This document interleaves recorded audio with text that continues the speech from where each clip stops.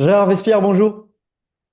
Bonjour à vous. Merci d'être avec nous sur Radio Judaïka. Aujourd'hui, on va parler d'un sujet assez épineux qui nous préoccupe ici en Belgique depuis plusieurs semaines. Le gouvernement ne partage pas l'avis d'Ursula von der Leyen, la présidente de la Commission européenne, selon lequel pratiquement toutes ses préoccupations auraient été prises en compte dans la proposition de la Commission sur l'utilisation des actifs russes immobilisés. Je le disais, on sent des tensions entre la Belgique et l'UE à ce sujet. La Belgique est quasi seule contre tous à être totalement contre l'utilisation de ces avoirs russes.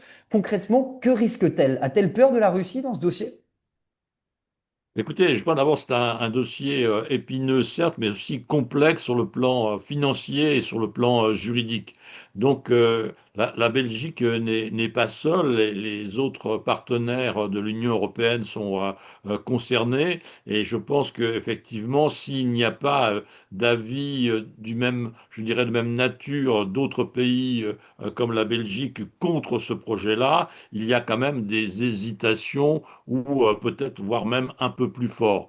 Donc il s'agit d'avoir peut-être des éclaircissements sur les conséquences juridiques, les conséquences économiques qui peuvent survenir suite à l'éventuel appui de prêt sur les avoirs gelés russes et donc de prendre toutes les précautions à la fois sur le modèle à mettre en place et de protéger éventuellement, et je pense, c'est ce qui souhaite et la raison, la Belgique, d'avoir des garanties d'une mutualisation des conséquences, donc mutualisation par l'ensemble des partenaires européens. Mhm. Alors dans ce dossier, on parle beaucoup d'Euroclear. Euroclear, c'est une société internationale de dépôt et de règlement livraison pour les obligations. Euh, euh, Elle est installée sur le sol belge et elle détient ses avoirs russes. Aujourd'hui, la Belgique demande juste des garanties au cas où la Russie demanderait le remboursement des avoirs saisis. C'est bien cela?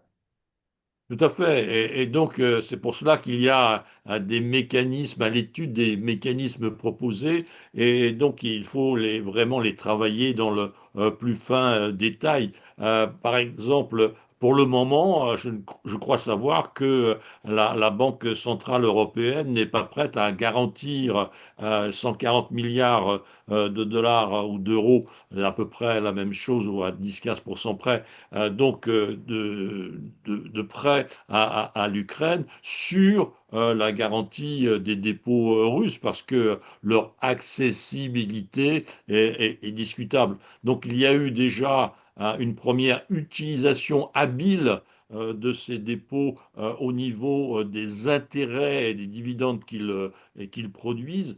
Donc parce que là, il n'y a pas de propriété à proprement parler. On parle des intérêts du capital et non pas du capital lui-même, voyez-vous. Donc, il y a toujours des arguties ou des finesses juridico-financières à pouvoir établir. Et là, étant donné l'importance de la somme, je crois qu'il n'y a pas, je dirais, d'hésitation à avoir. Il faut effectivement que l'ensemble du dispositif soit hyper bien bouclé. Mhm. Alors, sortons du dossier économique, passons au dossier géopolitique. La pression devient très forte sur Bart De Wever, le Premier ministre belge, voire insoutenable. Quelles options s'offrent à lui vis-à-vis de ses partenaires européens?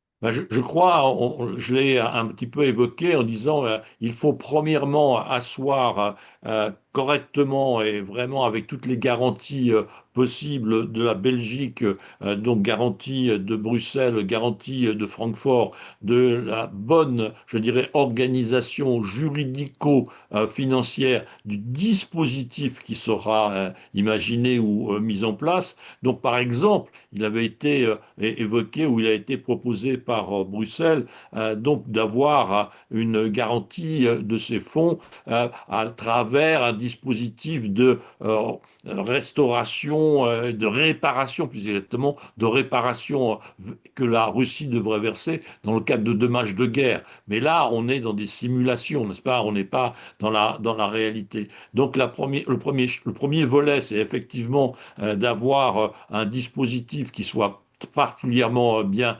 arrimée et agréée par l'ensemble des parties européennes. Et deuxièmement, eh bien, en cas d'imprévu, il faut qu'il y ait une assurance et que cette assurance soit effectivement mutualisée sur l'ensemble des pays de l'Union européenne.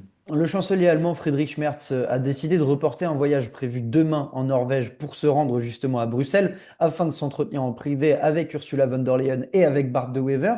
Euh, L'Union européenne comprend-elle les craintes de la Belgique ou Bart de Wever se victimise un petit peu? Le mot est peut-être un peu fort, mais vous comprenez.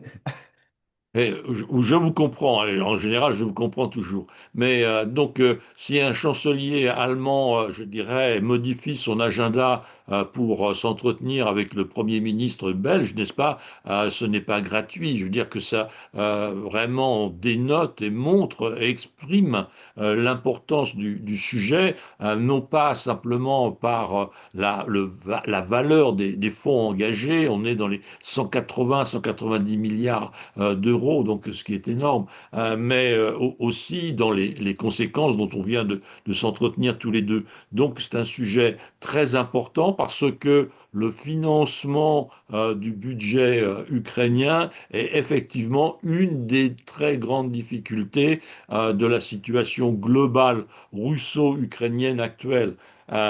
L'Ukraine n'a pas de ressources naturelles, pétrole, gaz, comme son adversaire russe en bénéficie, donc son financement de la guerre est d'autant plus difficile. Et c'est une des raisons peut-être pour laquelle la Russie joue le temps, joue la montre. Ouais, justement, à propos de la Russie, hein, le vice-président du Conseil de sécurité, Dmitri Medvedev, ancien président, a averti en ce jeudi que son pays pourrait considérer comme un casus belli toute tentative de l'Union européenne de s'approprier les avoirs russes gelés, dont on en a parlé tout au long de cet entretien. La majeure partie se trouve en Belgique. L'Union européenne joue-t-elle un jeu dangereux vis-à-vis de la Russie?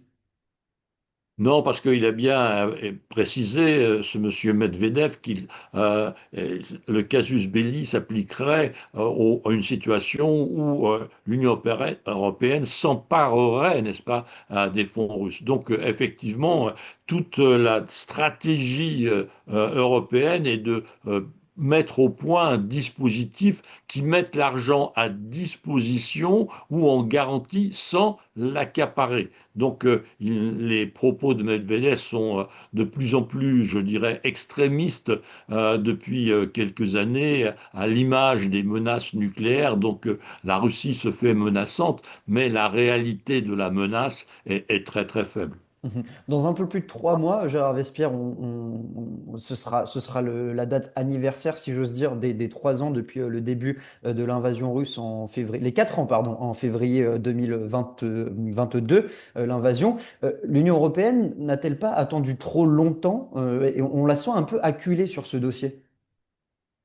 Écoutez, le fait que les combats effectivement durs se poursuivent, et comme je disais, laissé entendre il y a quelques instants, ça fait partie de la stratégie russe, n'est-ce pas? Le fait de mettre l'Europe et les États-Unis en difficulté par le soutien financier, le soutien militaire dans la durée, fait partie de la stratégie russe pour obtenir l'annexion et la reconnaissance de l'annexion des quatre oblasts. Donc c'est une façon de tordre le bras des États-Unis et de l'Union européenne que d'augmenter le niveau de dépenses, parce que même si les avoirs russes et à l'extérieur sont gelés, les dispositions que la Russie peut prendre vis-à-vis de son propre peuple, aussi bien d'un point de vue militaire de conscription que d'un point de vue économique, sont beaucoup plus importants, beaucoup plus contraignants que les pays démocratiques ne peuvent le faire. Il n'est pas question de diminuer de 10 ou 15% le niveau de vie des citoyens européens pour soutenir la guerre en Ukraine, ce qui est quelque chose de possible et d'accessible en Russie. Donc on est effectivement dans une gestion du temps et de la contrainte économique vis-à-vis des citoyens des deux camps, dans deux, je dirais, volets complètement différents. Gérard Vespierre, je rappelle que vous êtes géopolitologue, créateur du site Le Monde Décrypté. Merci beaucoup d'avoir été avec nous sur Radio Judaïka. À bientôt. Merci à vous. Au revoir.